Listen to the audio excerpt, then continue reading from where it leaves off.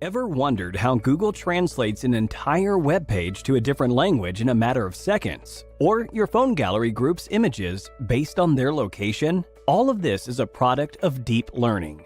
But what exactly is deep learning? Deep learning is a subset of machine learning, which in turn is a subset of artificial intelligence. Artificial intelligence is a technique that enables a machine to mimic human behavior. Machine learning is a technique to achieve AI through algorithms trained with data. And finally, deep learning is a type of machine learning inspired by the structure of the human brain. In terms of deep learning, this structure is called an artificial neural network. Let's understand deep learning better and how it's different from machine learning. Say we create a machine that could differentiate between tomatoes and cherries. If done using machine learning, we'd have to tell the machine the features based on which the two can be differentiated. These features could be the size and the type of stem on them. With deep learning, on the other hand, the features are picked out by the neural network without human intervention. Of course, that kind of independence comes at the cost of having a much higher volume of data to train our machine. Now, let's dive into the working of neural networks. Here, we have 3 students. Each of them write down the digit 9 on a piece of paper. Notably, they don't all write it identically. The human brain can easily recognize the digits. But what if a computer had to recognize them? That's where deep learning comes in. Here's a neural network trained to identify handwritten digits. Each number is present as an image of 28 × 28 pixels. Now, that amounts to a total of 784 pixels. Neurons, the core entity of a neural network, is where the information processing takes place.